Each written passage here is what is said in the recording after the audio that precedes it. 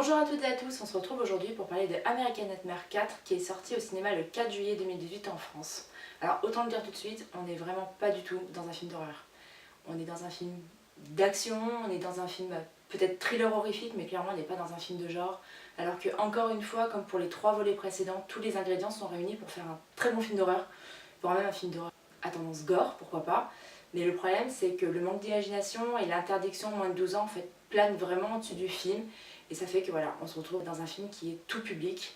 Ce qui est vraiment dommage parce que le postulat de départ, encore une fois, il est vraiment intéressant de faire une nuit de purge où tous les crimes sont permis. Il y a quand même moyen de faire beaucoup de très bonnes choses. Et là, on reste finalement très conventionnel. Alors, même si ici, on nous propose de découvrir la première nuit de purge, voir comment toute une nation entière a pu accepter que pendant 12 heures, les crimes soient autorisés, le meurtre, le viol, les agressions. On se demande comment tout ça est venu au pouvoir, comment tout ça a pu être mis en place. Au début du film, on nous montre donc des images d'émeutes, des images de journaux télévisés, en fait, où on voit que les gens font vraiment des manifestations, cassent tout aux États-Unis, font vraiment de grosses émeutes. Et on découvre donc le parti des nouveaux pères fondateurs qui pensent que voilà, pour éradiquer toute cette violence, toute cette criminalité, les prisons qui sont engorgées et tout, faire une nuit où tout le monde aurait le droit de tout faire, et bien ça permettra de canaliser toute leur agressivité, toute leur négativité, et ce qui permettrait que le reste de l'année, les gens soient plus calmes. Et le gouvernement décide donc de mener une première nuit expérimentale sur l'île de Staten Island, qui est au sud-ouest de New York. Et on découvre que c'est un quartier qui est occupé par une population afro-américaine qui est très pauvre, qui souffre énormément de la violence, des gangs, de la drogue, et tous les clichés inhérents à ce genre de quartier malheureusement. Donc forcément, du cliché, eh ben, on va en bouffer à tous les étages et vraiment à tous les niveaux. Tous les personnages sont super clichés. On a le chef de gang qui mène vraiment tout un groupe de dealers, qui maintient le trafic d'armes. On a ce genre de personnage là, on a le jeune qui se prend pour un bad boy et qui du coup veut devenir un dealer, on a la grande sœur qui veut sortir son petit frère de la violence et qui du coup est super investie dans la vie de son quartier. Tout est cliché. Les hommes politiques c'est pareil, on a l'impression qu'ils sont sympas mais en fait forcément ce sont des méchants.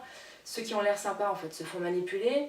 Tout est cliché, tout est convenu et sincèrement, si vous avez déjà vu plus de 2 films dans votre vie, la plupart des scènes, elles sont prévisibles mais à 3 km. La plupart des scènes, on sait exactement ce qui va se passer, on sait exactement comment toutes les choses vont s'enchaîner dans le film et au final, on n'a jamais vraiment de surprise.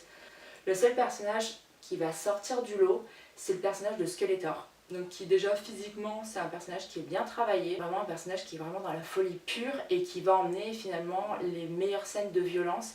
C'est lui qui va les mener et avec ce personnage, on a quelques scènes qui sont vraiment pas mal. Mais dans l'ensemble, ça reste quand même très plat, la réalisation est plate. Les 3 premiers films ont été réalisés par James de Monaco et ici il est uniquement scénariste, la réalisation elle a été confiée à Gerald McMurray.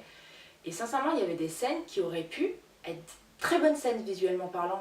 Par exemple, il y a toute une scène qui se passe dans un couloir avec des lumières qui font un peu stroboscope. Moi, il y aurait eu moyen de faire par exemple un super beau plan séquence. Mais non, il y a plein de cuts, tout le film, il y a énormément de cuts, le montage il est un petit peu bizarre. Et du coup, ça fait que les scènes sont jamais en tension parce que les scènes sont tout le temps coupées. Et ça fait que ça coupe aussi un petit peu l'attention du spectateur, je trouve. Et les scènes aussi sont pas assez longues au niveau de la violence. À un moment, il y a une scène avec des explosions qui auraient pu être bien, qui auraient pu être faire monter en tension. Et au final, la scène, elle se passe très très vite. Il y a un petit peu de musique assourdissante pour essayer de nous maintenir en haleine. Mais finalement, la scène, elle se finit aussi vite qu'elle est arrivée. Et du coup, on n'est jamais tendu comme on pourrait être, par exemple, pour les personnages. Bon, mis à part le fait que les personnages, vu qu'ils sont pas très intéressants, on n'est pas super investis. Mais on aurait pu quand même ressentir une certaine tension, une certaine pression. Et au final, non, on regarde les événements qui s'enchaînent les uns après les autres, on ressent vraiment pas grand-chose. Les scènes de violence, sont pas très violentes, il n'y a pas de gerbe de sang ni rien. Bon, c'est pas forcément ce qu'on attend d'un film, mais je veux dire, c'est une nuit de massacre et finalement, c'est quand même très très soft. Les seuls jaillissements de sang qu'il y a, c'est des effets spéciaux, hein. Ils se voient gros comme une maison, et c'est super dommage parce que c'est pas très beau.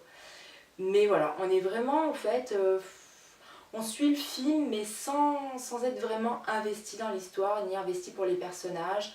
Ça se passe, voilà, on regarde un film de plus au cinéma et c'est un petit peu dommage parce que il y a quand même moyen d'avoir quelque chose qui soit un peu plus créatif que ça et là finalement c'est vraiment du film de consommation. Et au niveau de l'horreur, à la limite, voilà, tout ce qu'on va nous proposer sont des jumpscares. comme d'habitude, et des jumpscares hyper convenus qu'on voit venir encore une fois de loin et qui, franchement, voilà, vont peut-être faire sursauter des gens qui n'ont peut-être pas l'habitude de voir ça au cinéma, mais sincèrement, quand on connaît ce genre de film, on sait très bien qu'il va y avoir des jumpscares et on sait très bien à quel moment on va nous les servir. Je sais pas s'il va y avoir un 5e volet d'American Nightmare, je sais qu'à partir du 4 septembre 2018, il va y avoir une série télévisée en 10 épisodes qui va arriver. Je sais pas ce que ça va donner, je sais pas quelle va être l'interdiction, donc encore une fois, si l'interdiction elle est au moins de 12, je pense que ça sera du même niveau que les films qui sont déjà sortis. Ça serait peut-être osé de faire une interdiction au moins de 16 ans et de proposer un programme un petit peu plus gore sur les chaînes câblées américaines. On sait qu'il y a quand même pas mal de chaînes qui proposent des programmes gore comme Ash vs Evil Dead par exemple ou American Horror Story. Donc voilà, on peut que croiser les doigts pour cette série en espérant que ça soit une bonne nouvelle et pourquoi pas en parler prochainement sur cette chaîne. Si cette première vidéo vous a plu, en tout cas n'hésitez pas à vous abonner à la chaîne, à laisser un petit pouce bleu, laissez-moi un commentaire aussi si vous avez vu le film et que vous voulez me donner votre avis. Et on se retrouve bientôt j'espère. Au revoir.